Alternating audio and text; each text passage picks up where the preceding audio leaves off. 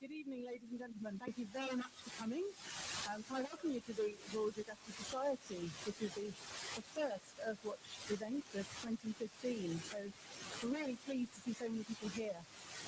I'd particularly like to welcome the international attendees who are on the webinar, the colleagues and scientists around the world, so welcome. We've got a very diverse audience today. I believe that we've got students of water science, we've got environmentalists who work to protect freshwater habitats, and we've got companies who know that they've got a responsibility to be really good water stewards. So welcome to all of you. Earthwatch lectures are an opportunity to bring together people to discuss issues of importance, and particularly to bring together some experts to discuss the challenges that we face. So events like this are a very important part of our mission, which is to engage people in scientific field research and education in order to promote understanding and the action necessary to get a sustainable environment. So freshwater, the subject of tonight's event, is clearly a very critical issue for us. And we know quite a lot about water scarcity, but we know less about water quality, and that's the main focus of the work that we've been doing. Before I get started, I just would like to thank the Earthwatch team who worked really hard to make this event happen. Thank you very much for that. And I would like to express our huge gratitude to the Mitsubishi Corporation Fund for Europe and Africa, who fund our whole lecture series. I'm very grateful for their help.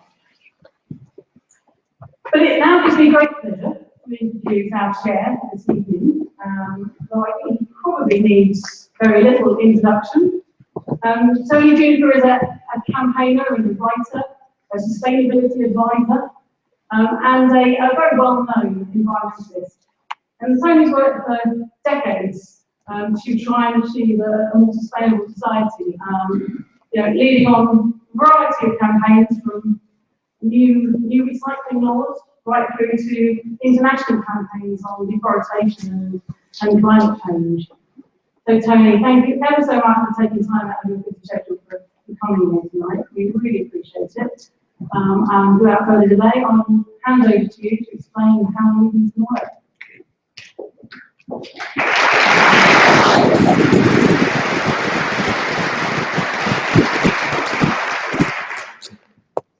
Thanks very much indeed. It's an absolute pleasure to be here this evening and have the privilege of chairing this Earthwatch lecture and event on meeting the Freshwater Challenge.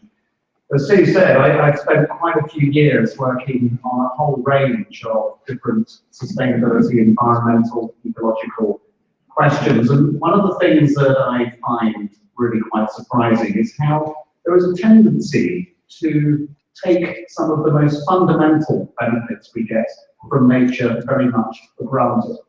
And there's 3 or 4 headings you might look at in making that observation. One is the productivity of soils and the miracles that go on in recycling nutrients. Another one would be in relation to the replenishment of fresh air, which keeps us all healthy.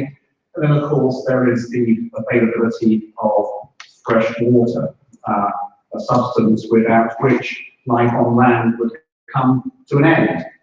And when we take these fundamentals for granted, when it comes to water, I think most of us hardly look even beyond the tap. And if we did think about what lies beyond the tap, we'd be thinking about treatment works, reservoirs, pipes, and pumps to bring that precious liquid into our homes. Rarely do we think about the far, far bigger water utility that lies behind that engineering, which is, of course, nature. And if you think about the way in which nature works the freshwater cycle, really some quite remarkable facts come out.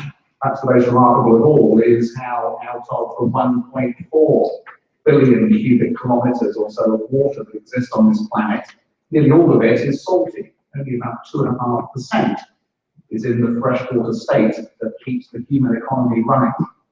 And then if you look at that 2.5%, at the vanishingly small proportion that is in the liquid state, in that jug there, then you realise that only 1% of that 2.5% is liquid in lakes, rivers, and surface waters and in the atmosphere. The rest of it, of the fresh water, is locked up in the ground, some of it very deep, and a big proportion of it is locked up in ice, particularly on Antarctica and Greenland, which we all know increasingly and understand the implications of climate change is a very, very good place for it to be if we're concerned about coastal impacts of sea level rise. The natural replenishment of that tiny fraction of water, of course, has many elements in terms of what nature is doing. That's the most fundamental, of course, is evaporation and water returning to the atmosphere, especially from the oceans. But it's not so simple as the sun putting moisture back into the air. The clouds to form, there need to be tiny particles in the atmosphere around which the water droplets can coalesce to form clouds.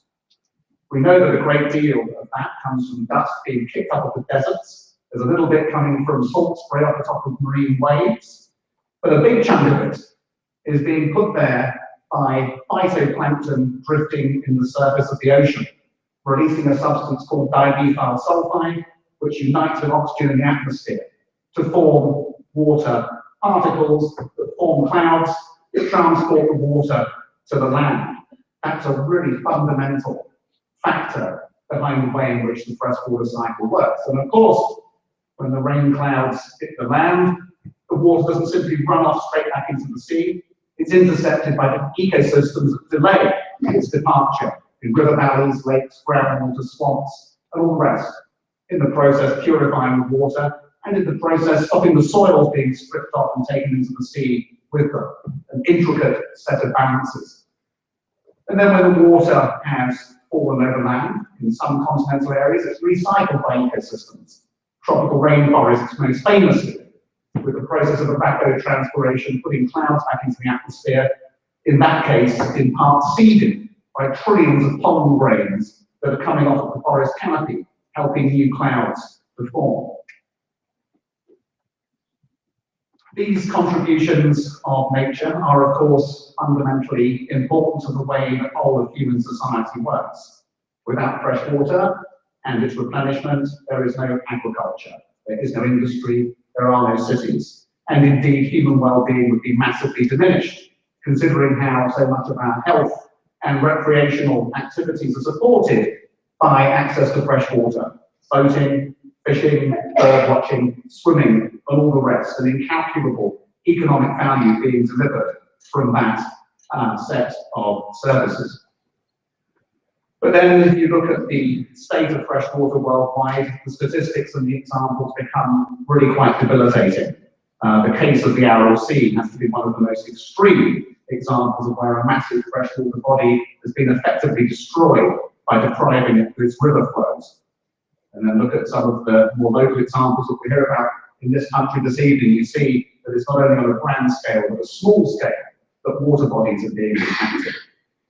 The effects of toxic pollution coming from industry and mining activities, for example. Sewage effluent being released into water bodies across the world, and that process obviously increasing in proportion to the size of urban areas.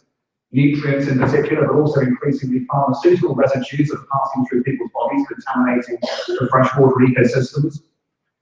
Big impacts from agriculture, nutrients being put into fields to grow crops, many escaping, getting into water, causing eutrophication, and of course on top of that the impacts of herbicides and pesticides. And then the damage to the ecosystems that are sustaining the whole cycle, drainage of wetlands, clearance of forests, compaction of grasslands, all of these things adding to the pressure. And then on top of all of that, the whole thing being made much worse by the massive abstraction that's going on to feed human demand, power generation, agriculture, industry, and the rest. So when you look at this juxtaposition between the fundamental importance of water, the fact that it's being driven in terms of its cycles by natural systems, and the extent to which we're degrading it, it seems to me that a very different approach is required from human societies if we are to rise to the freshwater challenge. And this is not simply something which is an environmental perspective. We were reminded this year by the World Economic Forum that actually water scarcity and stresses in the water environment is now one of the key global risks in the decades ahead. They set that out as one of the most likely and most high impact risks facing human society. So what are we going to do in rising to that water challenge and managing the economic and social risks at the same time as improving the quality of the environment? That's what we're going to be hearing about this evening, and I do hope that during the course of tonight we'll all leave here with some new reflections about how we can actually meet the freshwater challenge. And I have to say, that as far as I can see, many of the things that we've talked about over the years in this country and elsewhere, about limiting point source pollution, about using water more efficiently, both absolutely essential priorities. But is it the case that we need a more integrated approach, one that sustains nature's contribution to the water cycle, as well as looking after the water itself? That's a question I hope we will be thinking through tonight. And so in addressing these big questions, we have three excellent speakers. I'm going to introduce them each in turn. They will speak. I will then introduce the next speaker. We'll run through three presentations, and then we're going to open the conversation to the whole room, and we'll have hopefully a lively conversation around some of the issues that have been raised, and then we will aim to finish by about 9:15 rather, at which point I hope many of us will go to the bar.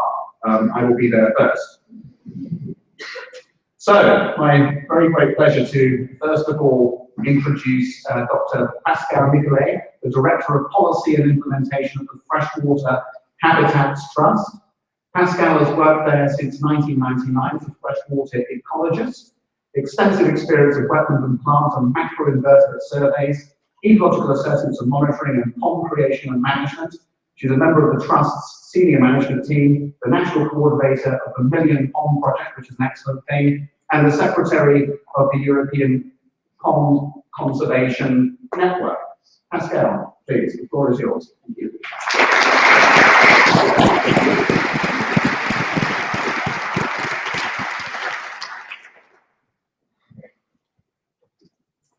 So I'm going to talk about freshwater biodiversity, why we need to know to better protect freshwater biodiversity, and how citizen scientists can actually help with freshwater biodiversity. So globally, freshwaters are the most threatened part of the natural world. I'm sure you've come across the Living Planet Index, which shows that population of freshwater species have declined by 76%, a much greater decline than species in the marine or terrestrial systems. In the UK, the State of Nature report, which was prepared by a group of NGOs, shows that 2/3 of freshwater species have declined, and 1/3 have strongly declined. So it's not a pretty picture. Of course, in the news you hear about the otter bouncing back, but there's little or nothing about the Britain snail, which was one found all across the UK, and is found now in one lake in Wales. You don't hear very much either about the freshwater pearl mussel, which is facing global extinction. And we believe plant and animal in freshwaters have an intrinsic value. So these species are basically declining because of pollution. So the question is, how polluted are freshwaters? Do we actually know? In the UK, we know from Environment Agency data that lakes and rivers are in a terrible state. There is one pristine lake left in England, and 3/4 of our rivers are polluted or degraded. But what about the small waters? What about the little ponds, the streams, the headwaters, the flushings, and the ditches? Well, we know very little about them. What we do know about them shows that they probably are not very much better than the larger water bodies. For example, the Countryside Survey in 2007 reported that 90% of ponds in the wider countryside were degraded. But what about ponds in urban areas? What about ponds in protected areas? We know very little about them. So what are we missing? Well, here's an area of northeast London. You can see the M25 just up here. And you can see in blue what is monitored by the Environment Agency. It's a river. And in red, the circles on the line show all the ponds, the ditches, and the streams that are not monitored at all. We know very little about them. So the question is really, does it matter? Are the small waters important? Isn't it just enough to look after the big things, the lakes and the rivers? Well, the idea that one large thing is more important than lots of little things is what biologist John Downing, American biologist, called the saliency error. And in fact, just last year, the US Environmental Protection Agency released a report that really confirmed what we've been saying all along, that these small waters, the ponds, the ditches and the streams, are really essential part of the catchment, of the freshwater landscape. They play a really important role in nutrient cycling, in hydrology, and also potentially in carbon sequestration. And there's now some growing evidence that small water bodies are critical to support freshwater plants and animals to protect them. And here's the results of a study we published about 10 years ago. We surveyed all the different water bodies in one catchment. The ponds, the rivers, the lake, the streams and the ditches. We looked at the plants, we looked at the animal, and we compared between different water body types. And what we find really surprised us, and I think surprised the whole of the freshwater biology community, we found that the ponds supported more plants collectively, more plants and animals collectively, than the larger waters. So it's really a big surprise for everyone.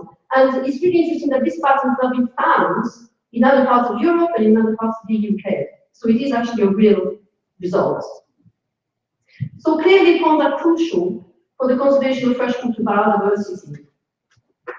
And what's really interesting is that this relatively small study had a very big effect. Because of this study, ponds and small waters got a special mention in the very old box you can see here, in the white paper on the environment that was published in 2011. So that's a big step change for being a neglected habitat to actually making it to a white paper. And this clearly also demonstrates the importance of collecting evidence to be able to influence policy. But of course, there is still much work to be done. So what can we do to actually protect freshwater biodiversity? Well, we need to know where the important sites for freshwater biodiversity are. We need to be able to protect them. Once we know where they are, we can potentially protect them, but also extend them. And maybe if we can do that, we have a chance to slow the decline in freshwater plants and animals. We also need to know about the extent and the type of pollution. Once we know that, potentially we can find practical solutions to reduce or even eliminate pollution. But of course, when resources are so limited, and getting ever more so, it's very hard to actually gather all this data. And this is why we believe that citizen science has a really important role to play in gathering this data. And I'm just now going to give you a couple of examples of citizen science programs that are doing just that. The first is Freshwater Watch. So we're working with Earthwatch on this program, and Stephen will talk about it in a little bit more detail later, the global aspect. In the UK, citizen scientists are going to collect data in the local water bodies, and we are focusing particularly on London, but also working in other cities. And of course, all the different types of water bodies are included. So they're collecting data on nitrate and phosphates, and now with those little kits, you'll see a photo later, in 10 minutes you can get a reading of nitrate and phosphates. And nitrate and phosphate are one of the major pollutants in fresh waters. So it's still early days, but I've included a few results here. You can see we have results on the rivers, streams, and the lakes and the ponds.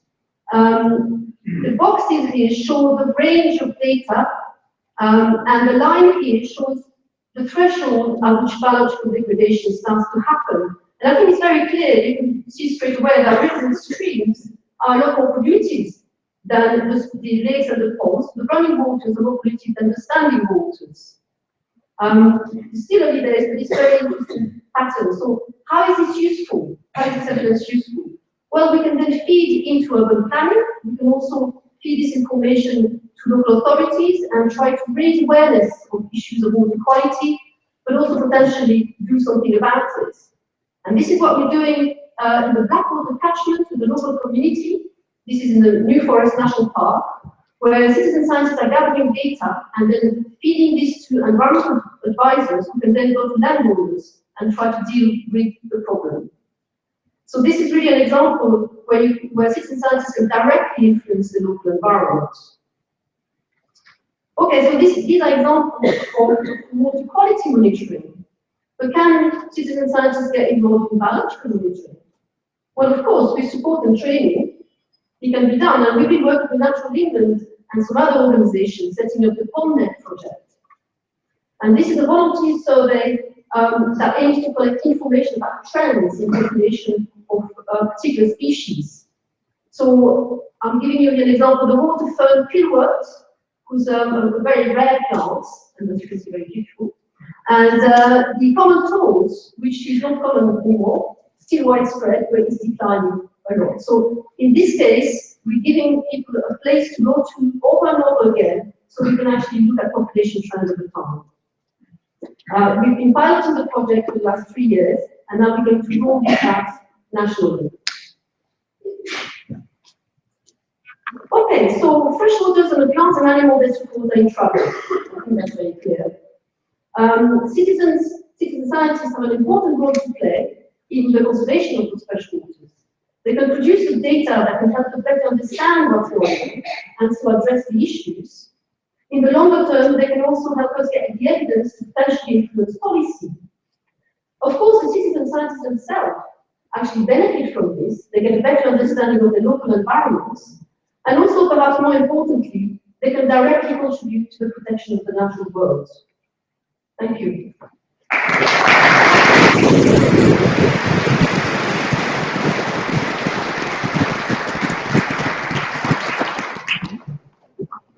Thank you very much indeed, Pascal. I learned a great deal in a very short time. Thank you very much for that. Next, we're going to be hearing from Kate Lamb, Head of Water at the Carbon Disclosure Project. Kate's role involves working with key stakeholders to deliver changes in the management of water by non-state actors. Obviously, the CDP has a very important role on carbon. It's now moving into other areas where people can see how to manage some of these environmental challenges. Her background is in technical, scientific, project management fields, great deal of work she's been doing over 10 years, and she sits on the board of the Alliance for Water Stewardship and is a scientist with a degree from the University of Lancaster. Kate, the floor is yours.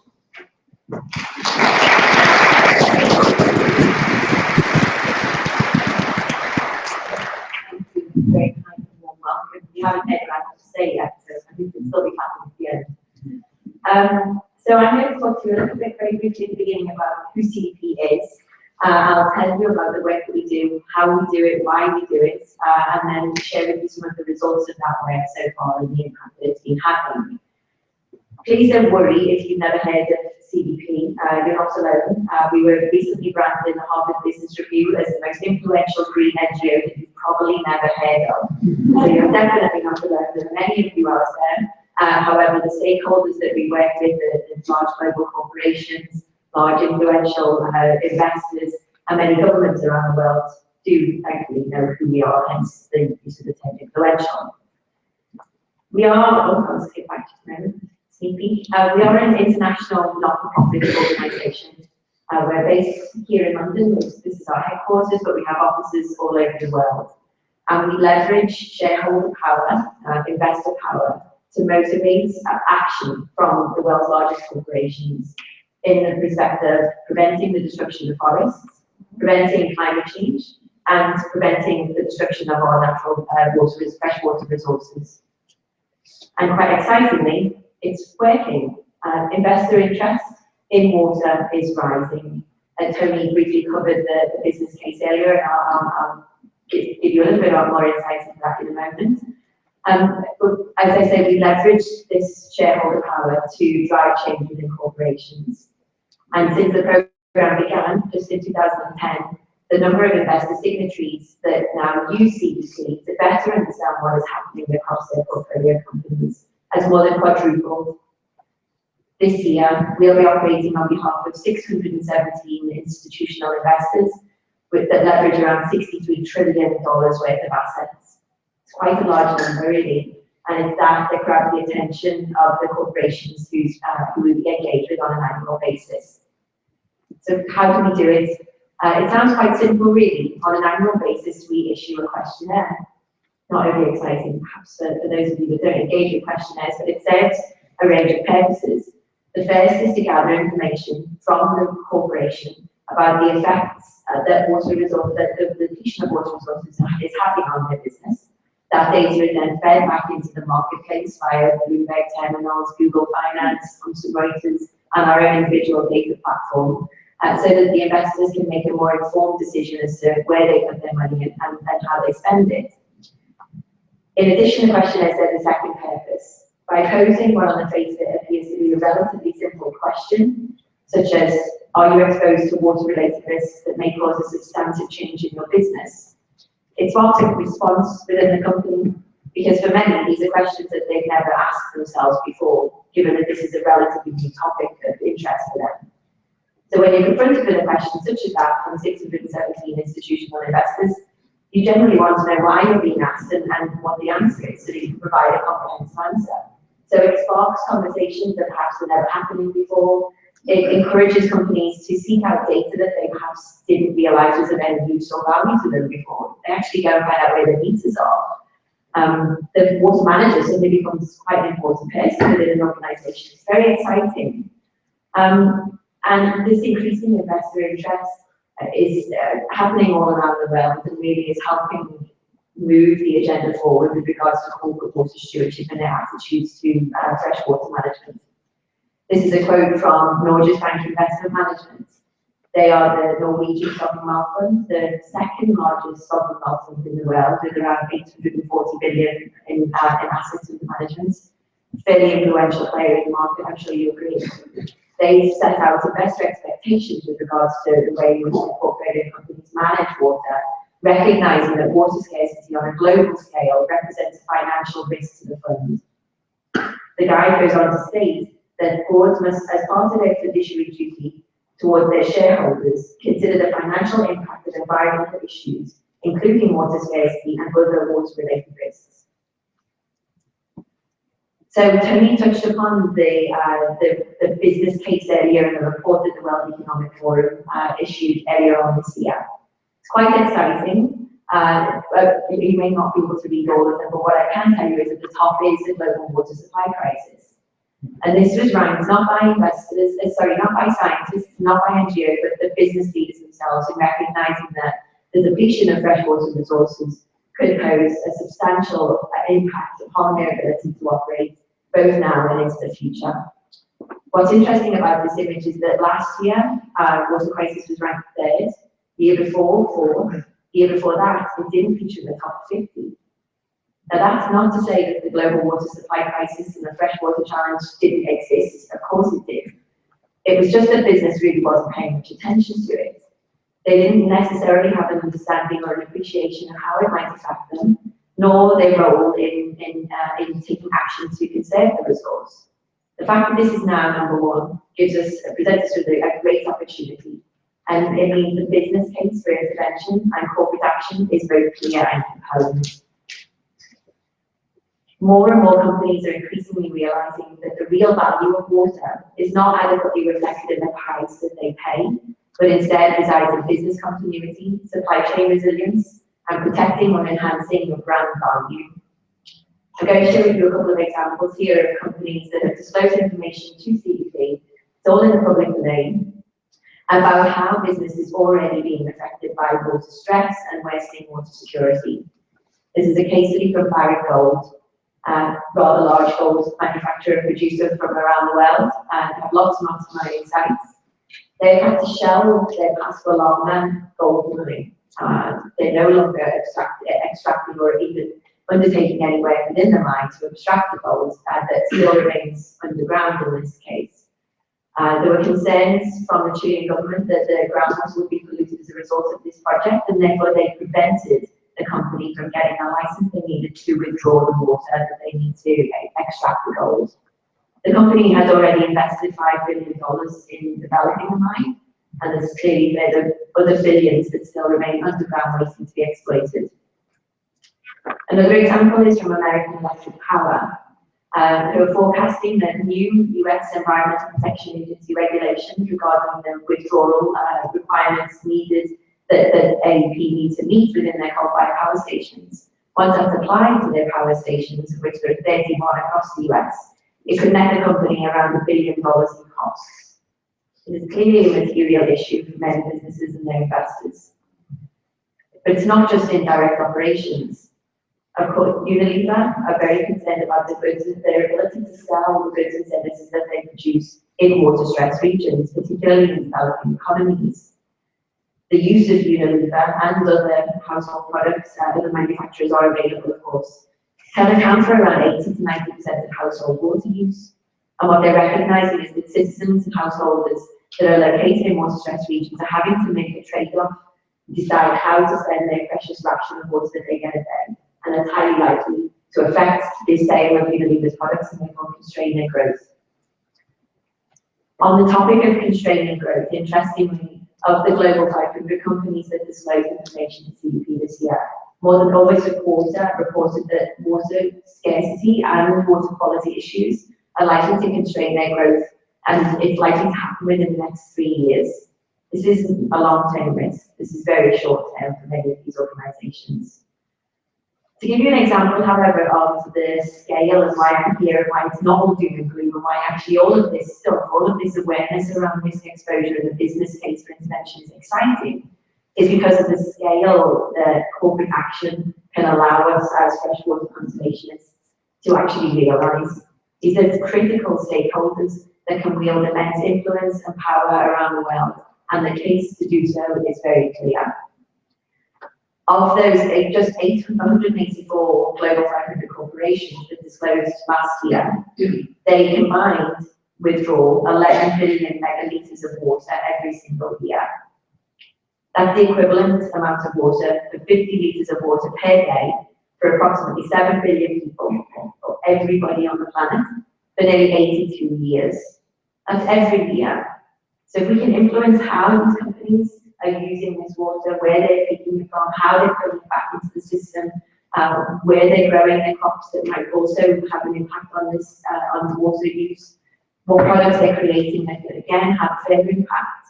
It's really quite exciting. Not to mention the fact that these companies employ vast numbers of people. They buy from vast numbers of suppliers, and they serve even greater numbers of citizens. They are new kids on the block, as I said, not everybody, and there's still a lot of corporations that are leading the way. And I'll give you a couple of examples of the actions they're taking here.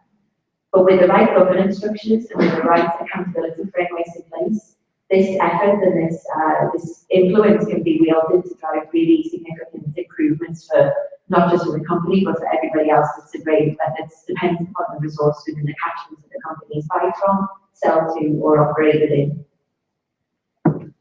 Sasol, their South American oil and gas company, recognized that their development, the plant that they have, is located in the Vaal River system, was facing extreme pressure from the depletion of water resources, particularly from a quality perspective. They initially took a view that they would invest in water treatment plant within the fence line, treat the water that was coming in, and that would be their problem solved. They realized, however, that this would be a relatively short-term fix, and actually the greatest impact that they could have to improve their long-term security and that of everybody else within the catchment would actually be to invest beyond the fence line. And so they identified a number of crucial partners within the Vaal River system and worked with them to develop a plan and a system for improving water quality and water quantity issues right across the catchment. Another example is from Nestle. Again, recognizing that the depletion of water resources, particularly in Vietnam, was having a detrimental effect on their coffee growers.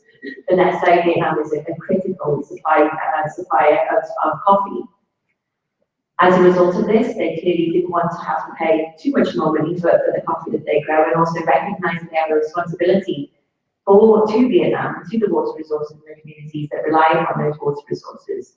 And so what they've done again is identify key local partners on the ground to ensure that the standard and more efficient approaches to irrigation are adopted as standard practice globally, for 50,000 of their farmers.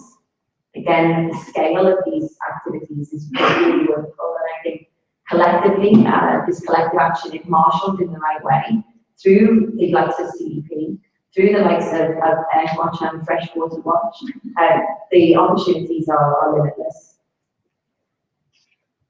This is a bit of a jokey slide, I suppose, but this really represents the fact that a lot of organisations and companies in particular are coming very swiftly to the realisation that they cannot do this alone. There is very little value in being a clean fish in a dirty pond. The Sasol example is a great one, really.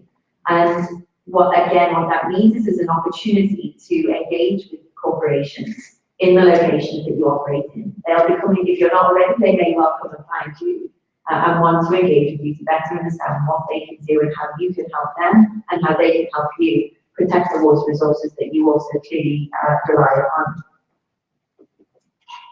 Thank you very much.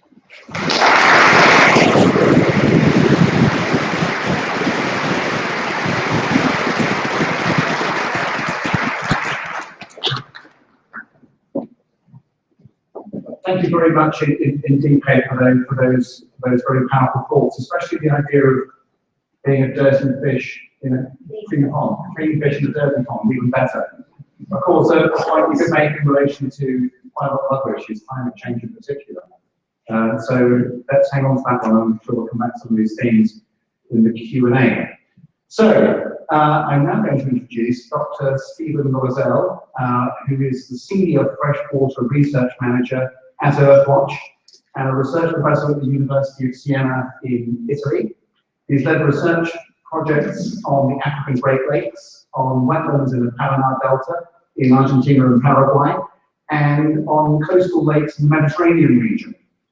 As a visiting professor at the Chinese Academy of Sciences, he studied the degradation of shallow lakes in the Yangtze Valley and is presently leading the Earthwatch Freshwater Watch program, which involves around 8,000 citizen scientists in 30 urban areas across the globe. You've been very busy, Stephen. Come and share your thoughts with us.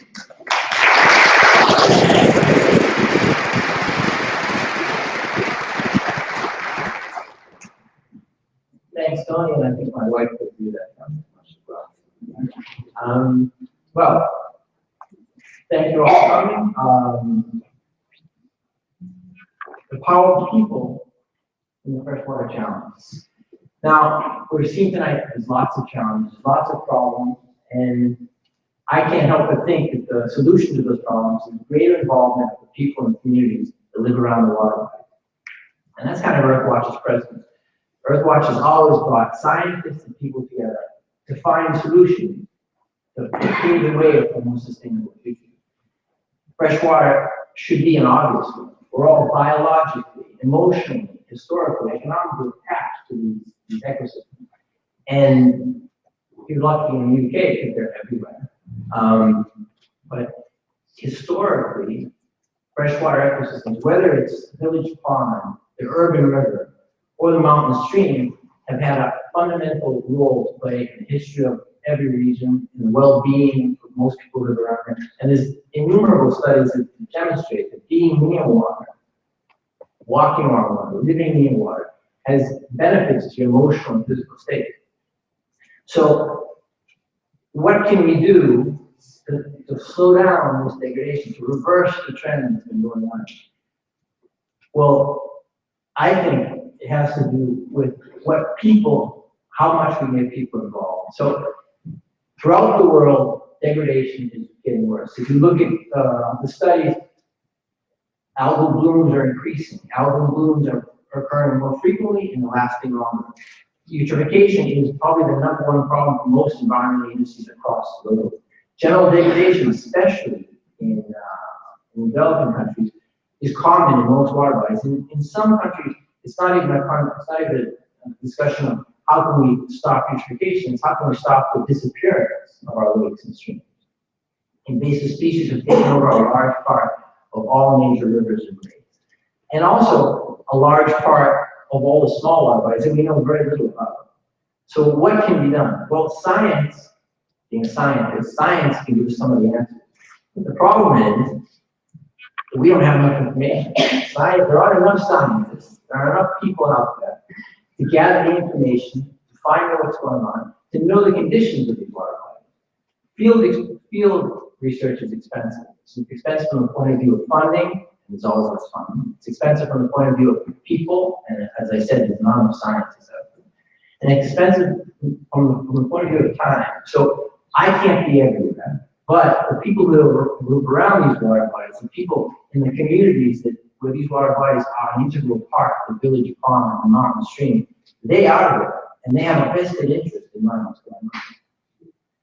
There's lots of benefits from citizen science. Of course, from the scientific point of view, a lot of it's, well, let's get people to help us understand, help us gather data, help us analyze this data, but it's also, again, from the science point of view, it's fundamental that people understand and people support any possible solutions we come up with.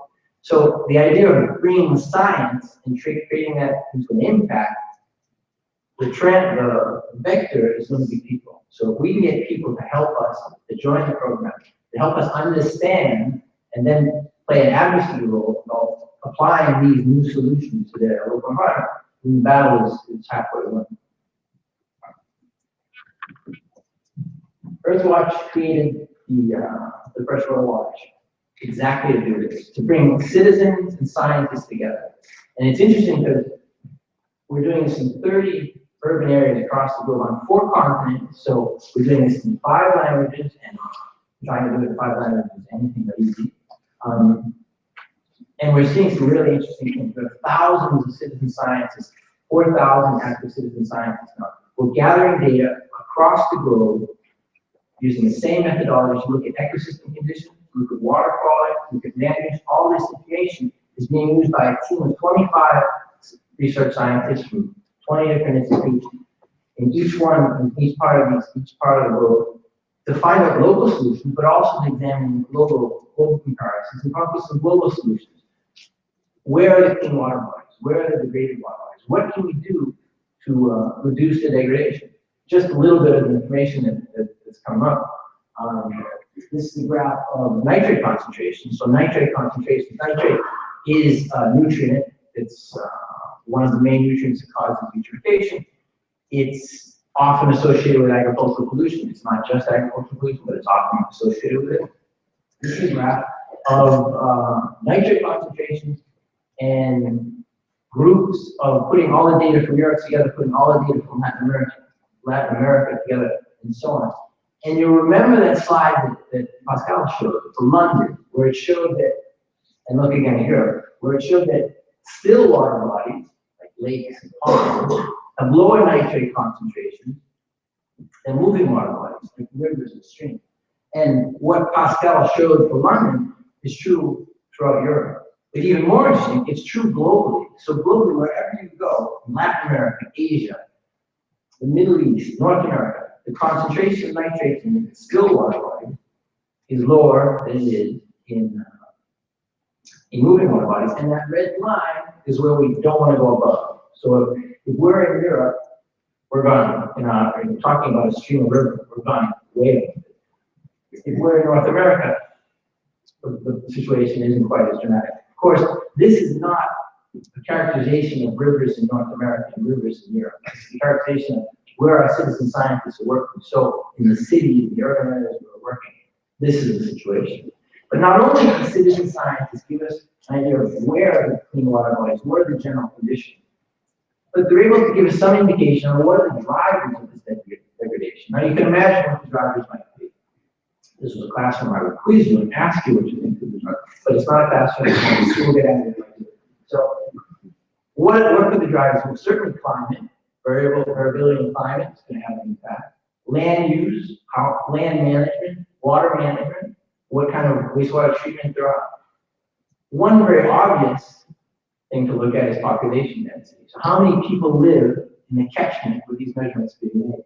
As you can see, there's a clear trend. More people means more, in this case, the graph on the left is phosphate concentrations. Again, red line, we can stay below the red. Once we go above the red line, that's a threshold where biological impairment is likely to occur.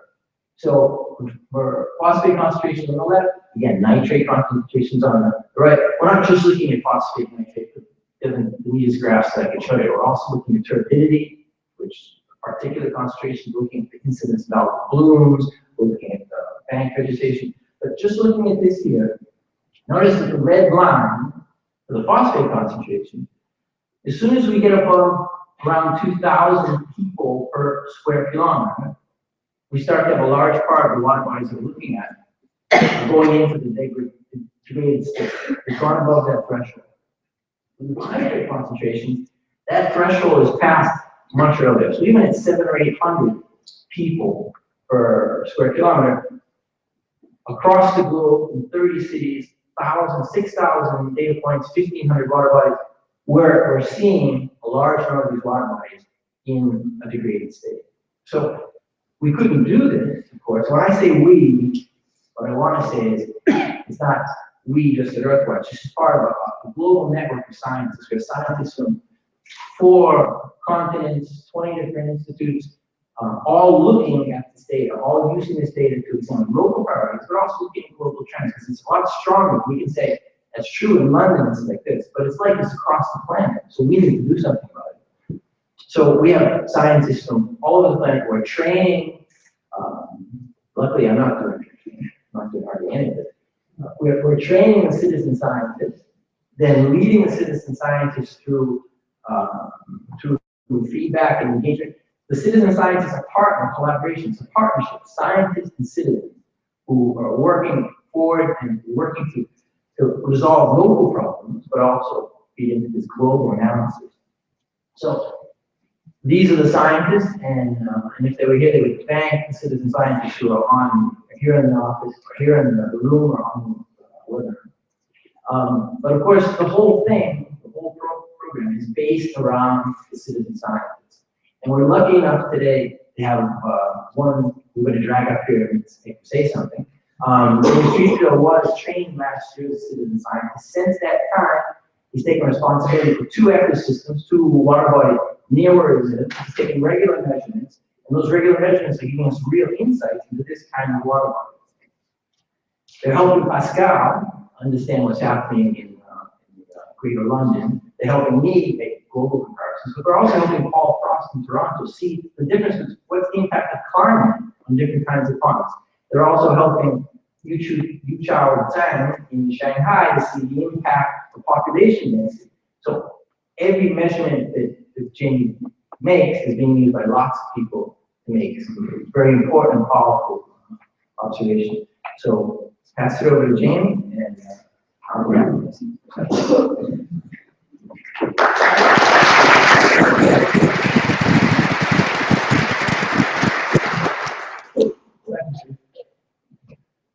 Good evening, everyone. I'm James Streetfield. I work in marketing for HSBC.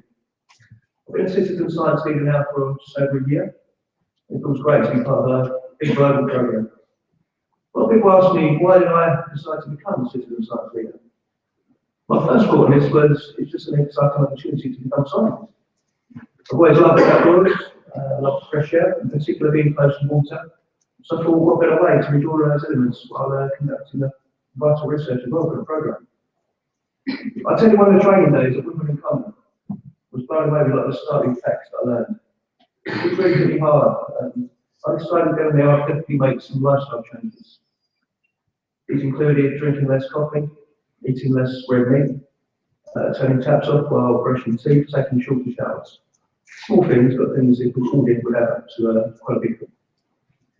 On the day we went out into the field, and we tested 2 different water bodies. One was a free-flowing, clean-looking river, and the other was a very dark, green-looking, algae-ridden pond. The actual results were astounding, because the river turned out to be quite polluted, whereas the pond was remarkably clean. So striking, what you actually see is not always what you actually get at the end of it. I meet many new people on the day, still keep in touch with quite a few of these on a regular basis. We test together, we check our results, and we also talk about other environmental issues. After the training, I tested mine to selected water bodies. One was a busy pond in a busy area in southeast London, Another was a moat in a nature reserve in Chislehurst. Two different, very different results. But again, that's what we need for a programme. I really enjoy the testing. I take friends out whenever I can to show them what I'm actually doing, so they can understand it, rather than me just talking about it. Also like chatting to various people while I'm testing, who always come up to you and wonder what I'm doing.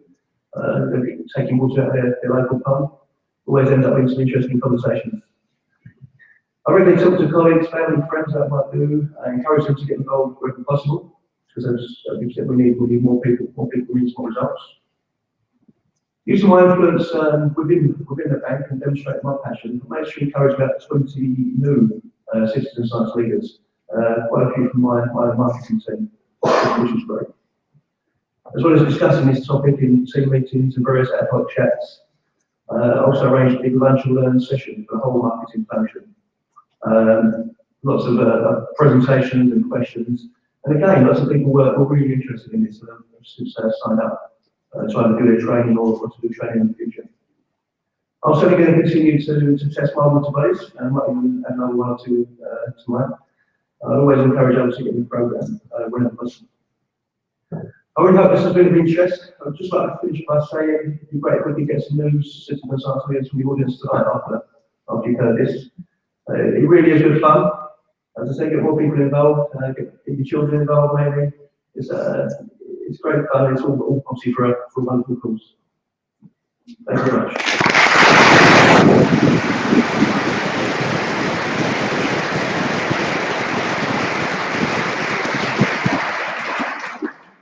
Thank you very much, Jamie. That was great. And he's doing a fabulous job. And I should thank all the CSL citizen science leaders who are in the room and online. You're doing a great job. I know Sue doesn't want me to say that, but you're doing a great job and keep it up. So where do citizen scientists come from? They're born from women just like everyone else. Citizen science come from communities that are interested in what's going on around them. Communities that feel that they can make a difference by joining and supporting science and working together. And this working together to find solutions. They come from companies, we see, where people and companies are interested in getting their employees to be leaders in the local community, or they're interested in making sure that the environment in which they depend continues to be in a decent state or improves. They come from universities and schools, where professors and teachers are training the next generation of scientists, lots of scientists, but also decision makers. So they're coming from all these different places, but they're all interested in knowing more, understanding more, making changes. So welcome to the Freshwater Watch. What we're doing with the Freshwater Watch is it's a global program. We're looking to make some significant changes, and it happens through citizen science. So in conclusion, I would like to say, get involved. Join the Freshwater Watch. If you want to know more about joining the program, what the program is about, find any of my Earthwatch colleagues here. If you want to talk to any of the scientists that are working in the program across the globe, please talk to me. I'd be very happy to set up a meeting with you. I look forward to your questions and comments, and thank you for your attention.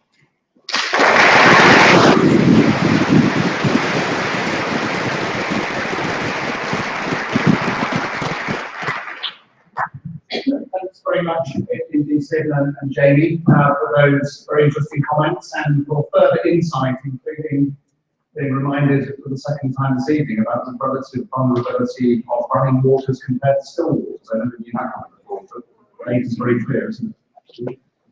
So we are now going to open the floor for a few questions and a discussion with the panel. I've certainly found that very stimulating. Freshwater environments are the most threatened on Earth. The fact there's one pristine lake left in this country, that's a remarkable fact. But let's know where it is. Maybe you shouldn't tell us, keep it pristine. The small versus the big, vast number of small water bodies out there that nobody's looking at. We need research effort going into one or two big ones. Very important thought around the way the private sector engages with all of this. I thought one of the things Kate said around the price of water that's being paid by companies having no bearing on the importance of it strategically for companies. They're paying very little for it. You take it away and the business stops. Really important disconnect there. How do we close that gap? And some interesting thought there about drawing attention to risk as one of the ways in which we do this. And then all the dimensions we've heard just now about the cultural and historical connections with water and the extent to which we might be able to use some of those to engage more people in the conversation about how we restore and protect all these incredible values that come from freshwater environments for human societies. So a few thoughts there, I think, to get us going. We are on a webinar, so there's quite a lot of people out there who are not in the room, hopefully participating, and they are warmly invited to send their questions to us. You are also encouraged to use Twitter. If you have a smartphone in your pocket, keep it on silent, but if you'd like to tweet any remarks going backwards and forwards, that would be great. And you just saw a Twitter handle there, Freshwater Watch, might be a nice one to use to raise awareness about the opportunities for people to get involved who are not here this evening. So what I'm going to do is I'm going to invite people to just signal if they'd like to say something or ask a question. Please try to be brief. We've got a fair bit of time, which is nice, but the more we can have interaction between the speakers and the rest of the room, the better. So if we can keep it fairly tight, that would be fantastic. So maybe groups of 3, and then we can invite the panelists to respond. If you have a particular panelist in mind, then please do say so, if it may not be obvious. So who would like to put their hand up first? We have roving microphones, I believe. Do we? Yes, we do. And gentleman right here, go ahead, please. Hi, thanks very much, everybody. Stephen, on your last point, how do you improve the take-up rate and citizen scientists? A lot of it is about technology. We've all got the internet.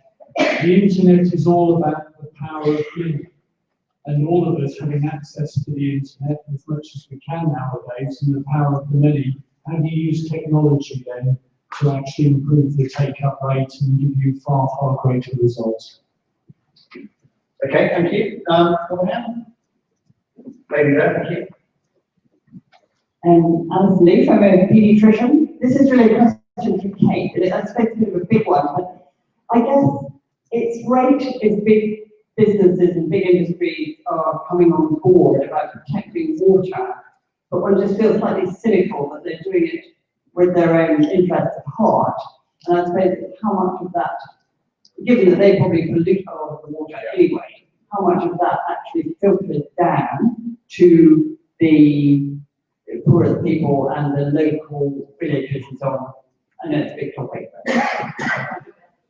Thank you very much indeed. And one more. You may put your hands up at the top there as well.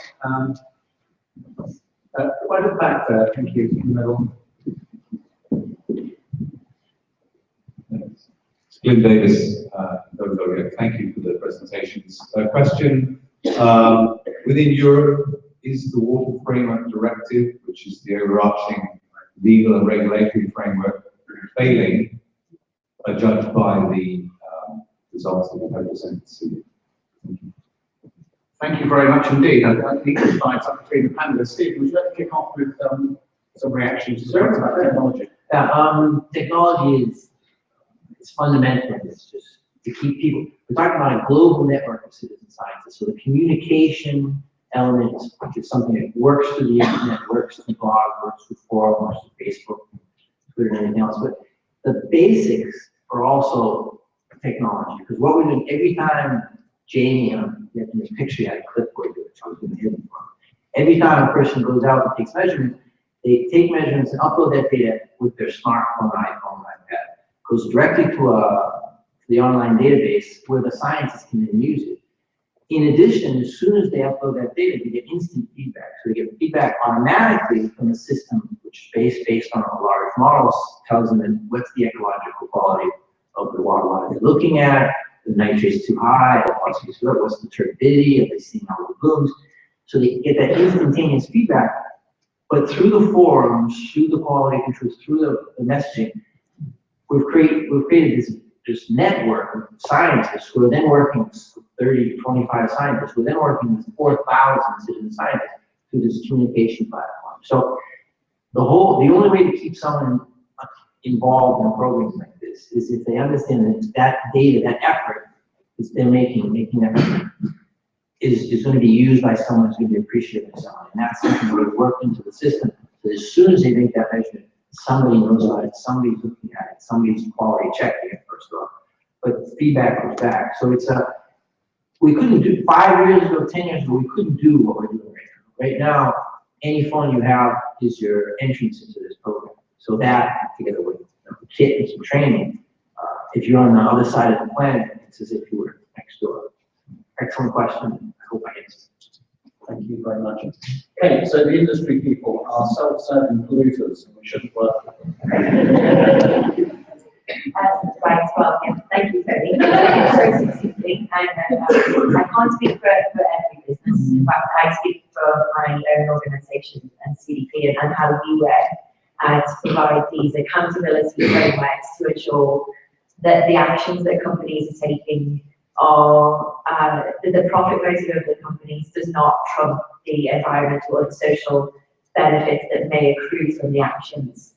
We can't be naive, however, businesses are taking this intervention because it is in their own interest, and that's okay. Again, providing the right frameworks are in place, and that the way CDP works is that we're based on the power of transparency. We have these companies disclose information to their shareholders via CDP publicly.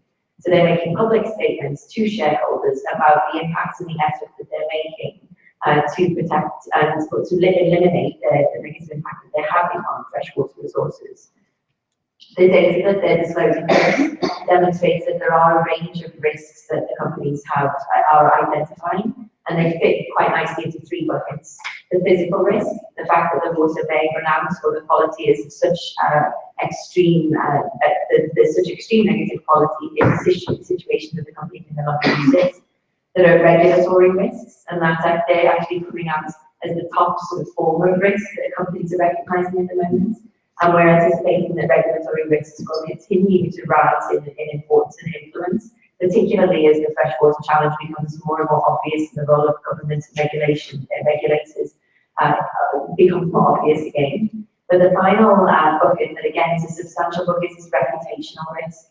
This is the idea that there is either the reality or the perception amongst the community that these companies operate within, buy from, or sell to, that they're not doing what they need to do to protect the resource that they are lending from the community and the environment that they depend upon.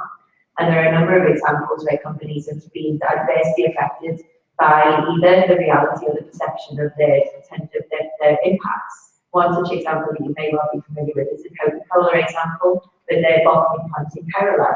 Very, very famous. It was about 10 or 12 years ago when this actually happened, and yet it's still reeled out as an example where the company was held to account and they closed the plant down because of the local reaction to their ability to protect the resource or to have access to the resource that the community should have had access to.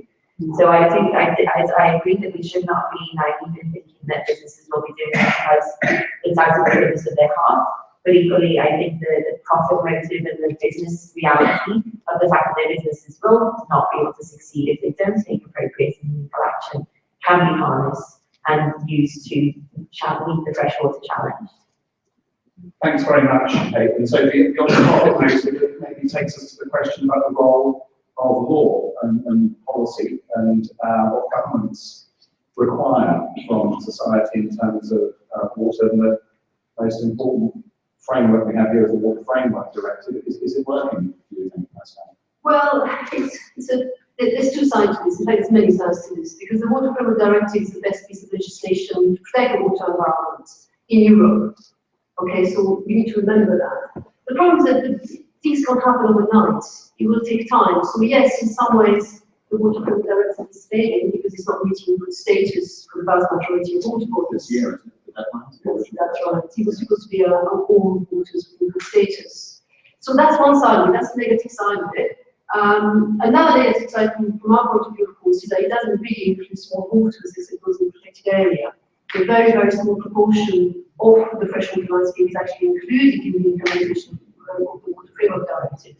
And from what I was showing about the importance of those small waters, that is a real thing. And we're trying to work with other organizations to try and change this. But again, it will take a lot of time because the baseline data we have is so little. It's a very scary thought for government to then have to monitor and protect those habitats. But it's certainly going in the right direction. People are becoming more and more aware of the importance. So not so good at the moment, but I think little by little we will actually go in the right direction. So it's a huge operation to monitor and actually take action then on the problem of the freshwater environment. Thank you. Let's go back to the floor. What's the microphone? It's over there. So anyone got a hand? Maybe right there in the middle, please, in that section. There's a gentleman upstairs, if we can get a microphone up there, in the middle by the camera. And the third hand, we can see... yes, gentleman here. Okay, so go ahead, please, and then we'll go upstairs and then down here. Daniel Hayes with RSPB. I'm really encouraged that the Global Risk Report has listed water as the highest risk in the global markets. However, water, or more widely the environment, hasn't even featured in the top 15 issues for voters in the upcoming election. Right. And I wondered if the panel could comment on the disconnect between that and how we might be able to connect these and be a lot more equal in the face of voters. Yes, very good, thank you. Thank you, go ahead. Thank you, Chairman. Peter Nixon from the National Trust. We know with lots of National Trust properties that well over 40% of the surface area of England Wales drains the boundary through our properties, which simply illustrates the point that even with the normalisation of a lot of our National Trust, can't possibly manage the quality of water or its quantity, because although we've been talking particularly about quality tonight, quantity is really important in the context of both drought and flood. At the pipe end, essentially our experience is that managing water from whatever perspective on a catchment scale is increasingly important. So my question to the panelists, what scope do you see for incentivising managers, farmers, occupiers to manage the land for water and actually in some way be incentivised for that receive payment for it, either from the public purse or ideally I would suggest that we can create a market that develops real money and price mechanisms to pay for this thing that we all know society needs. Thank you very much indeed. And one here, please, and then we'll come back to the panel. Thank you. Jeff Lane from PwC. Just building on the previous question about the application of technology, it sounds like you've got a very successful system science program going here. I'm getting the impression that you need more systems scientists. So, maybe this is an impossible number, but how many do you need? What's the size of the prize in terms of the potential to get more system scientists? And I guess from a private sector perspective, what's the role of big business in helping you with that? And where do you see other applications, maybe beyond the existing program into other media, whether that's air pollution or other forms of pollution, where and how do you sort of see the rollout of citizen science and engaging business, I suppose? Thank you very much. So, questions, maybe you can pick and choose amongst yourselves in terms of what you'd like to answer. Water's not a voter issue, not really being discussed in the last election. How do we get more incentives for the management of catchments, given that that's really the issue determining water quality and indeed quantity issues? And then how do we get more people involved in the programme to go and gather more data? So you don't ask me that even more yours. Yes, we need more citizen scientists, not from several points of view. From the temporal point of view, because what we're asking people to do is to go out and take regular measurements every 2 months, every quarter. Most people stay engaged with the program so far. The program's been around for 2 years. We've had some super citizen scientists. And in Brazil, it just seems it's full of citizen scientists because they're all completely crazy. But we need more information in the areas that we're focusing on. So if you want, I could give you a list of 10 cities where we have 200 citizen scientists or 300 citizen scientists in those cities. If we double the number of citizen scientists, the information gained would double, but over a longer period of time. And that would allow us to make much more robust conclusions and much more robust issues, because what we're trying to go toward is say, okay, these are the drivers, population, climate. We can, with the information we have now, I can tell you what the impact of rain would be, but it's very hard for me, based on the numbers that I have now, to put all this together. There just isn't enough data. So if I could say, again, I could tell you 10 cities and say, okay, PwC employees, get to work in those 10 cities. Within a couple of years, we come up with some really profound, robust conclusions. The exact number of citizen science in each city is a trick question. I'm not going to Which one should I take? I might touch on those very, very briefly, because I don't know an awful lot about either one, but I'll do my best. Danielle, thank you for your question. I think you're absolutely right in that there is this disconnect. What I was reflecting upon, I guess, was the number of employees that each of these big businesses employs. They're all voters. And if we can further communicate the business case again for how important this issue is to the businesses, but then ultimately to the employees within those businesses, that may be one avenue by which we can better engage the voter population. Equally, CDP is looking to develop a policy briefing, particularly for the UK at the moment, exploring which businesses are reporting water-related issues within the UK and what might that mean for the UK economy. And again, using that to drive the attention of the issue within the Department for Business, for example. On the incentivization for land management and land managers in general, I think there's a lot of interesting examples from other countries that we may be able to draw on. One being the Murray-Darling River Basin River Management Authority there, and there's a number of other initiatives happening in the US, where they're exploring ways in which they can incentivize through payment for ecosystem services. The funds for these payments come from a range of different sources. It may be actually through the development of bonds that we can drive more better finance towards those organisations that are managing catchment in a more sustainable manner. Thank you. That's actually answered the one question very well. The question to ask. Yes, from the UK. There is a water company in the UK, and it's not Thames Water. It's, I'm going to pronounce it close, I'm not going to say it.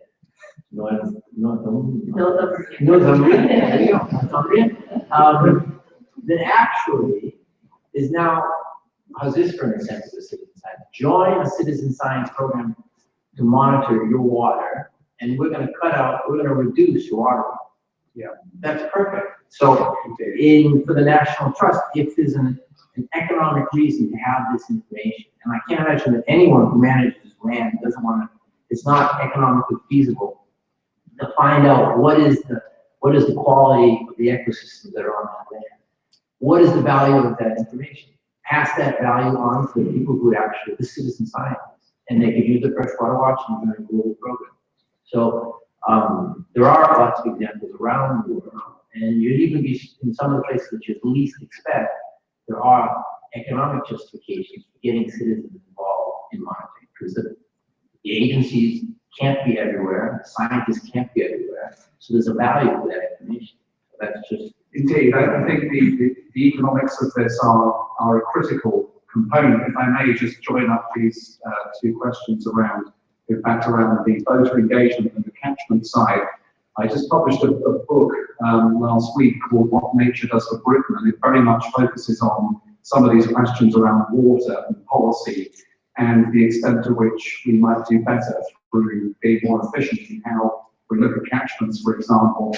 And one of the things I noted in relation to voters is how over the last 5 years, the whole discussion around water has been really dominated by the cost of living agenda and the extent to which environmental standards are pushing up bills, and this is very bad for hard-working people. That's been the narrative that's been presented in politics, and I think that has not helped in getting more support for the kinds of things that we're talking about this evening. However, when it comes to catchments, I think this is where we might be able to see, as you're saying, Stephen, some big opportunities to be saving money at the same time as improving the environment in ways that will be very voter friendly.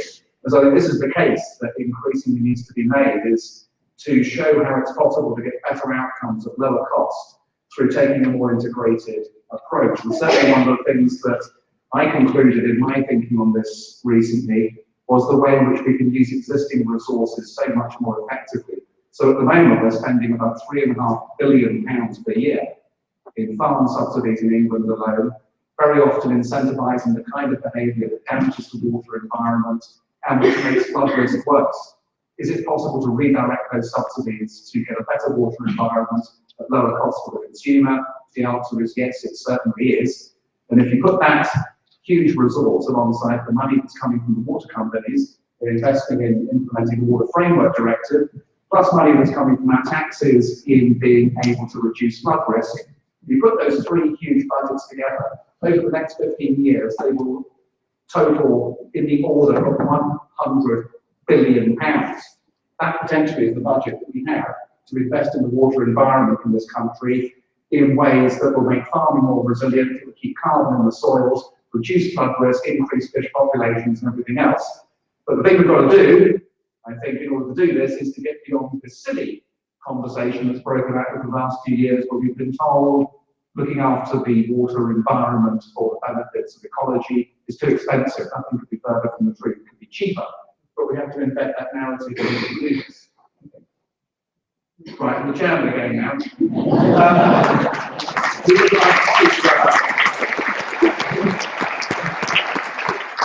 Who would like to put their hand up? I think yeah, gentleman right here.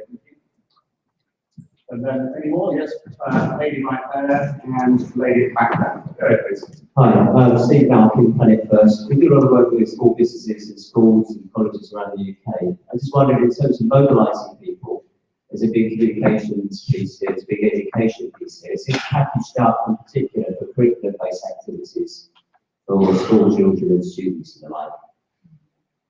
Thank you. And we have one right in the middle here. Yes, can you reach the middle? Thank you. Thank you. Fran Hughes, International Tourism Partnership.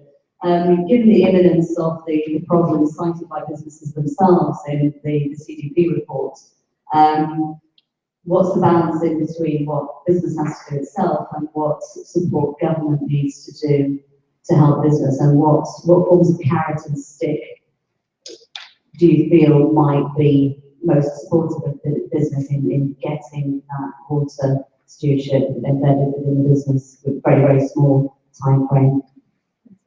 Thank you. And what was the third? Right over there. Thank you. So everyone on that side of the bank. There. Thanks. So the way we'll bring in microphone. Hi there, I'm Kate Mark from the Princess Diana Awards.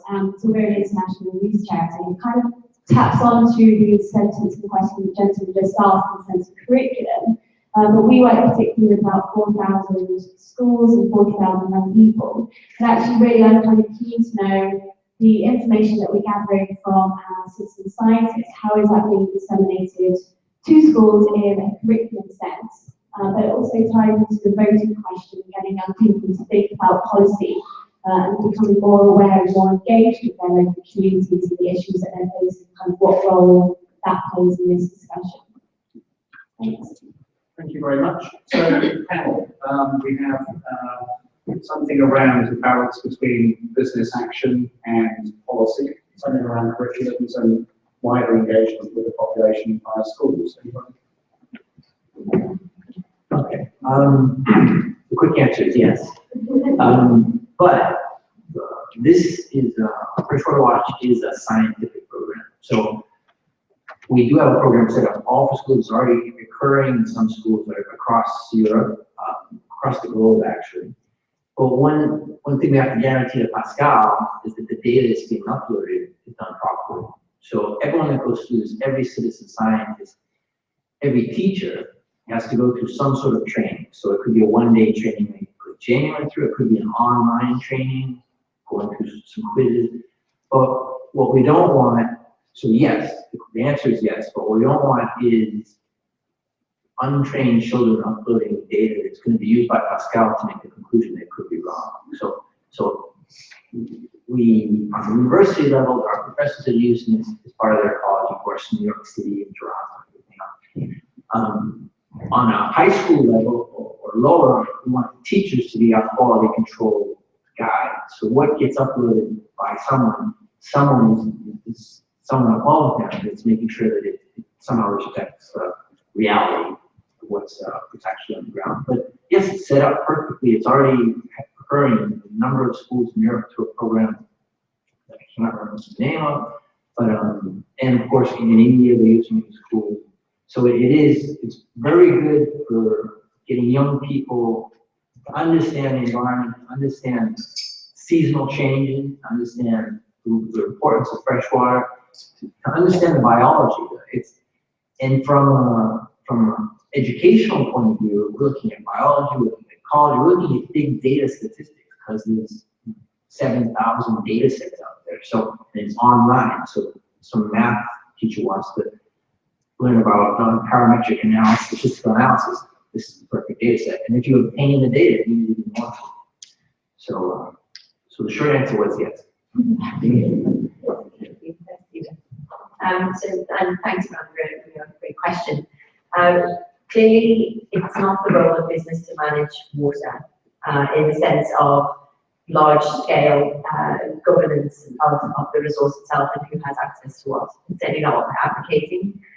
Governments have a critical role to play in providing the infrastructure that companies need to operate within in both a secure and a consistent and clear manner.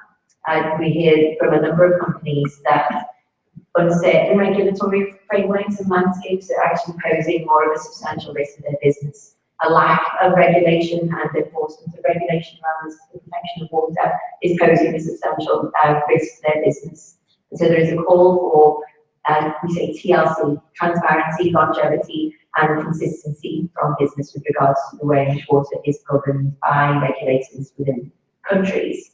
It's easier said than done, of course, and we're dealing with quite complex institutions. So if you look in China, for example, water is governed by at least 9 institutions right across the Chinese government. It's not always easy to get crossover there.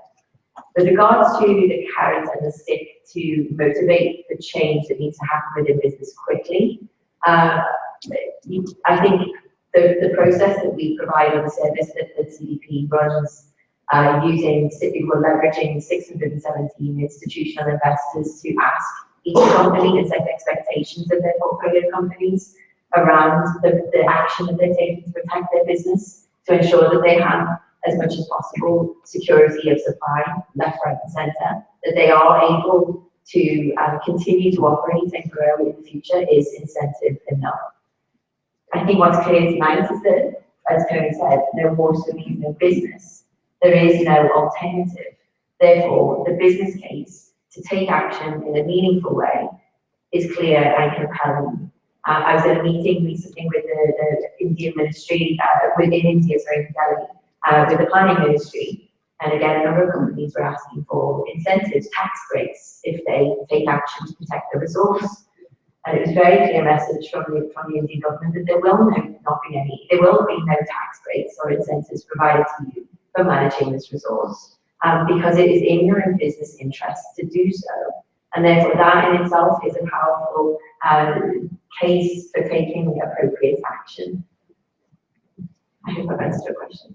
Thank you. Yes, indeed. And I think particularly last point maybe. Not so on that, but just the case of citizen science and engagement. I think this country has a massive amount of opportunities for people, for individuals to actually engage between bird recording, dragonfly recording, freshwater watch, of course. And so there are a lot of opportunities. There's also opportunities to get involved with catchment management locally. There's the catchment-based approach group that we hold now around the country. So yes, of course, it's important to communicate to people what is happening. But I think it's also to the individual to actually become involved, because a lot of people are interested, but actually to really become citizen scientists is a commitment, it's an individual commitment. Thank you. Just before we go back for a further round of questions or comments on the floor, I'd like to ask the panel to think. what they would say in 10 minutes' time when I'm going to ask them to make a few summary points, what would be the one big thing you'd take from this evening's conversation? If you could do one thing to reverse this decline in freshwater quality in ecosystems across the world, what's the one big thing we might do? Just think about that for a second and maybe just prepare a few short remarks just to round off. But we can do at least one more sweep across the floor. So there's a lady right here, please, got a microphone over this side. And there's a lady right there, and there's a gentleman back there. So we'll take those three and we'll now have time for another round. So, who's got a microphone? Yeah. Thank you. It's time enough to improve quality of the rivers and streams. Can the nitrate content be reduced by some even at low? And if it can be accelerated by positive action, how quick can that happen? Thank you. Very good question. I'm very interested in the answer to that one myself. There was a lady down here, please, and then I'll get making my way to the place now. There we are. So we can get back in there in a second. Go ahead, please. Actually ties in very well to that previous question about phosphorus, actually. So it's come up in a couple of the presentations that obviously it contributes to eutrophication, that's that thing. And I'm the sort of person that really likes value. You are obviously providing a lot of good social values with education and environmental value through the scientific monitoring of the waterways. Financial value.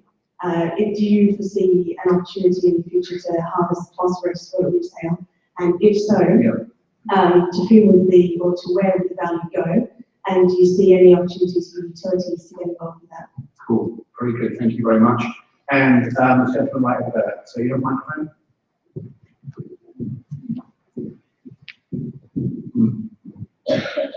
Thank you. I've been a little surprised. I haven't heard the word food production mentioned. And I think I'm right in saying something like 70% of fresh water goes for agriculture worldwide. And we know we've got to double food production over the next 30 years or so. So I'm surprised. The challenge for fresh water I was expecting to be hearing about is this integration. How do we produce more with less in some areas? The Ogallala aquifer, I think, has gone down 15 feet over the last 3 years or something. That, to me, getting more data is great, but how do we manage this tension between producing more food, more difficult to get fresh water good enough to grow it? Thank you. Well, there we are, three really meaty questions. One around nitrates, do they go away after contamination of water bodies? One about harvesting phosphates from sewage works, I guess, in order to be able to manufacture fertilizer. And one about food security. So, Pascal, would you like to have a go at one of those? Or nitrates, go ahead, yes, that's pretty good. So the question is that, if I understood properly, is that does nitrate go away when you stop? Okay, well, we don't know because we don't know that yet. We've not stopped the source of nitrates. But no, I'm being different. It really depends on the water body, and it really depends whether it is groundwater or whether it's surface water. So of course, if it's flowing, if you stop the source, it's going to go away. If it's a standing water body, well, it all depends on the actual water body itself and biological interactions, of course. But the worst thing really is in groundwater, because you can stay there for a very, very long time. In fact, the level of nitrates that have been applied have actually decreased overall, but we don't see a decrease in what's coming out of the groundwater. So yes, but we don't know how long it's going to take for the system to clean up. And there's still enough implied that we can still detect it. Thank you, very clear. Anyone like to go at phosphates? Interesting question. The concentration of phosphates in the water is 0.1, so it's very low. I think the idea of somehow extracting that out from an energy point of view might not be worth the candle. But that doesn't mean that using sediments, we're already using sediments from eutrophied algal bloom infested lakes in agriculture. Not, I don't think we do it in the UK, we're certainly doing it in Asia and other places. So using, getting the phosphate back, I would imagine from an energy point of view would not be. But it's an incredibly good question because we're using up our phosphates. The hockey stick of phosphate production is where we're running out of this very fundamental element that's necessary for agriculture. So from the point of view, I think in 2015, it's probably not great, but at the point of view of 2020, we have this conversation again. And at that point, it actually may be something feasible because we're so desperate for so, excellent question. I just add on that one, Steve. I had the privilege during the course of researching my most recent title of visiting a phosphate recovery plant that's being opened in the UK down at Slough sewage treatment works, where they're getting a few hundred tons of phosphate per year. And all these issues were there in terms of energy, is it worth it? Is there an economic case for this? And what Thames discovered is that in certain sewage works, we have very high levels of phosphate coming through around Slough as a food industry that discharges a lot of wastewater there as well as all domestic properties. And in that case, it is worth it. And it's a very high quality rock phosphate. And it links very much to this question about food security. As you know, some people believe in the 2030s, supply and demand of phosphate from rock is going to cross and it's going to cause volatility in ways that could be quite unpleasant. So getting that technology geared up to deliver this kind of product does seem very sensible. And Thames, in this case, and going back to the point about the voters and the environmental standards being too expensive, Thames think they'll get a 10-year payback on this plant for two reasons. Reason number one is they're saving a load of money on not having to clean up their pipe because they're getting the phosphates before it's been crushed inside it. And the second thing is they've got a product to sell in the form of rock phosphate. And if you saw my cucumbers last summer, you'll know that this stuff works. So I did take a few handfuls and put it down there. And we've got food security problems, more phosphate recovery on sewage works is the way to go, I would argue. Anyway, so that's just, but that's the one there. And the company who are making this stuff, Freshwater, a North American technology company, they think that on bigger sewage works, there's one schedule they're going to build in Chicago. Thames are reckoning a 10-year payback time for that one in West London. They think possibly a 3-year payback time for really big scale plants on big areas, big urban areas. And actually this is a really neat technology because if you look at the way agriculture works, of the distribution of nitrates into fields, and then those nitrates are turned into food, that turns into sewage waste, and it goes through a bottleneck of cities.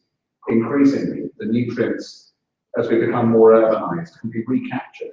And I think for me, this is a win-win-win, win for the environment, an economic win for the water companies. It's a win for the shareholders. It's a win for the consumers in having lower bills. This is really quite a neat way. But as you say, Stephen, it's emerging technology, and it's viable in those places where there's a lot of phosphate, which is not what sewage works. And it's interesting because it's an emerging technology, but in some places, especially in Asia, they've been using the recycling of nutrients for 4,000 years. So we're emerging what they do, going back to the old ones and the basic ancient truths. So we're getting a little bit towards food production. No, we didn't. We need to do food security. Let's do food security. Then I'm going to ask you all to give us your one big thing that you would do to improve the water environment. And so who wants to do food security? Who wants to? Well, okay, and there's also probably a webinar question or two. Oh, yes. We did say we'd take one or two. Yes, again, we've got one to out in a second. We'll just have a couple of webinar questions and then we'll go to your final summing up remarks. But food security, what do we think? This is the big issue. 70% of water is being abstracted for food. That's a huge vulnerability. It's, yeah, from a quantity point of view, it's absolutely, food production and water use is the majority. From a quality point of view, it's also probably the biggest impactor on what's happening in a lot of waterways. I think, similar to what you were saying before, if they're called PACs there, and if European money for agriculture is directed towards better use of water. That would be, you know, 50% of nitrate, they put nitrogen substances they put on the soil ends up in the water.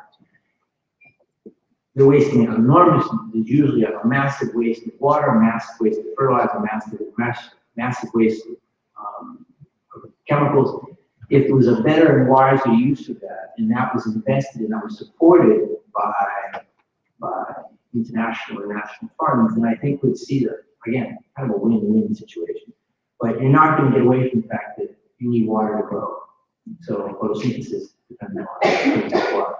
So I would say we can certainly move in a more efficient manner. We can certainly move, and farmers would, you would imagine, would be interested in reducing all these costs as well. So farmers as citizen scientists would be an interesting thing to try to develop as well. And I think from a corporation perspective, many of the goods and services that they rely upon, of course, clearly engage within the agricultural supply chain. And therefore the dependency, the high dependency on dwindling water resources poses a threat to the final buyer of the product or the commodity. And this is playing out in the disclosures that they're making. Companies in the food, beverage and tobacco sector, for example, are recognizing that their greatest source of water-related risk resides not in necessarily in its agricultural operations, but in the goods and services that they rely upon across the supply chain. So again, they're seeking ways in which they can engage with their suppliers to promote more sustainable agricultural practices, ultimately to reduce the risk and safeguard the supplies and ensure a resilient supply chain overall.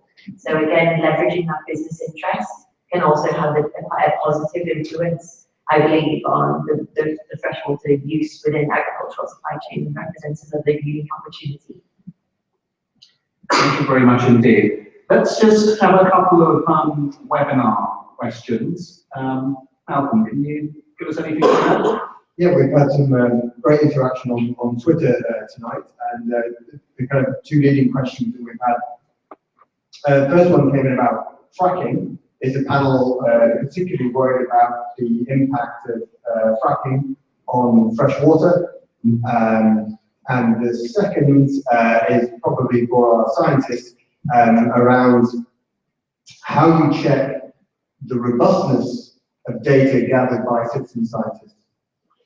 Okay, let's leave it at those two. It's getting short of time. So brief reactions on hydraulic fracking for oil and gas. What do you think of that from the point of view of water? Pascal, do you want to go at that one? I am certainly not an expert in fracking, and so I find it difficult to have a good response to this. My good feeling is that it's unlikely to be a positive one based on what the reports are abroad. So I will leave it at that. Thank you. From my perspective, there is still a lot of uncertainty around the safety and security and the viability of fracking and shale gas as a viable resource, particularly around the potential impacts on groundwater quality. My call, therefore, is for greater transparency from those companies that are involved in this practice, so that we can make a more informed debate and more informed decisions and take a more informed approach to this potential source of new energy, but also one that may pose a significant threat to our freshwater resources. Thank you. Stephen, back to the data maybe? Yes, very good question. These data are being taken by trained citizen scientists, so we're expecting that the quality of this data is not going to be that of a full-time researcher. For that reason, more data is good. So what we're using, it's kind of a big data approach, but firstly, all the data is quality control. So every time Jamie uploads a data point, the week or in that moment, there's a model that will check the different data that he's uploading. And I didn't tell him before, but if he does upload something that's wrong, that'll kick the data back to him and say, look at Jamie, you said the water had a greenish color. You said there were algal blooms, which you measured turbidity to be below detection. How can that be? Particles to algae are particles that increase turbidity. So these kind of self-checks within the system that were created are there to check the quality of the data being uploaded. Then we have a manual quality control that every week we go through all the data that's been uploaded across the planet and see if it's consistent with what we expect. But then we have all our 25 different colleagues like Pascal, who's checking the data by making side-by-side measurements with laboratory data. So they're taking citizen science data and then checking the robustness by using laboratory grade measurements and real and full-time scientists. So we're very conscious of quality control, and we're certainly not going to say that the nearly 7,000 data sets are of the same quality as if they were taken by individual scientists, but it would take individual scientists 10 years to get those 7,000 data sets. So it's the little price we pay for quality is made up by quantity. So thank you. Good question. So finally, your one thing in meeting the Freshwater Challenge. Pascal, what would be the one thing that you do to move things in the right direction? Stop pollution. Thank you. Very good.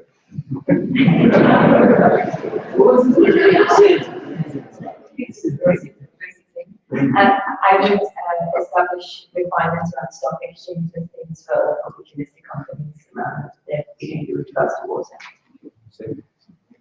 One thing. I would have Jamie speak. No, I would try to facilitate those people who are really interested in the golden nuggets in all these different cities, and help them get more people to be involved. It's a pyramid, and I can't remember the right name for it. But the more people that are involved, the more robust everything is. So that was like our motivation sentence. Thank you. I thought you might, as a scientist, say you need more data. So it's really just for you then to try it and make a few closing remarks based on what we've heard this evening, and to thank everybody for their contributions. I struggle really with such a rich set of presentations and conversation that followed to really pull too much out of this, but I think there are a few things we can say. First thing is that the state of freshwater globally is bad, and pressures are still mounting, and as a result of those pressures mounting on a bad situation, we're caught in quite a lot of risk. I think we've heard this evening that there are many elements to the solution, many bases. At one level it is about managing the resource better and cutting pollution, but then on top of that, a great deal of complexity about the role of business and how we encourage the financial sector to engage with corporates, for example. There's a big issue around the role of voters and the demand from the public for more of this journey towards a better water environment to go more quickly. And then, of course, the role of policy and government and legislation, European legislation, and the rest of it. So all of that, I think, leads us to see a multi-layered solution. But one of the things I think, really say it this evening, but I think it's probably one of the things that needs to be reflected in how this goes, is for there to be more attention to how the public goods of a healthy water environment are protected in the public interest at a time when there are private benefits being accrued, whether they be farmers, to different economic actors, and how we create the mechanisms to ensure that the public benefits are maintained at the same time as essentially economic services are being discharged. And then there was a piece around, I think you could use the term engagement, and how we're going to get more people around the conversation and engaged in it. And the obvious piece that came up very strongly this evening was the role of citizen science and getting people engaged in gathering data near where they live in order to be able to make a difference on all of this, and engaging not only at a scientific level but also a cultural level.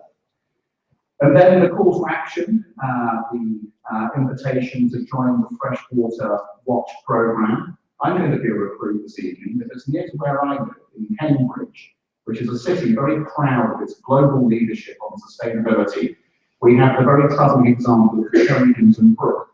The top end of the Cherry Hinton Brook, it's a 3-mile-long chalk stream. The top end has got bullheads and bass and kingfishers and shoals of minnows. The bottom half is dead. And I'd like to find out why and invite whoever is responsible to do something about it. So I'm going to be after a sampling kit from Pascal. I'm going to be joining in with this to see if we can do something about that local issue. And I suppose from the local, we're left with some really big thoughts about the way in which water is so profoundly implicated with everything else. It is obviously the source of our food security, it's the source of human well-being, and not only do we see these mounting pressures coming as we go forward, but also the propagation of those by the potential impacts of climate change. So it's a local issue, we can all get involved, and at the same time maybe all taking a big view about the wider context. So I certainly feel as though I've done a great deal this evening. I think we should just thank our speakers one more time for their wisdom. Thank you very much.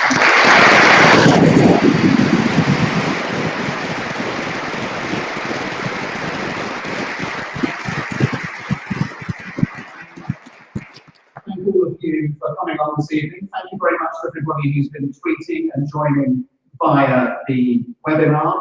And a special thanks to the Mitsubishi Corporation Fund for Europe and Africa for sponsoring the event series. And a reminder that this is indeed a series, and if you'd like to come to the next Earthwatch event on the evening of the 14th of May, and it will be called Turning the Tide, Coastal Communities and Conservation. I'm sure that'll be another fascinating event.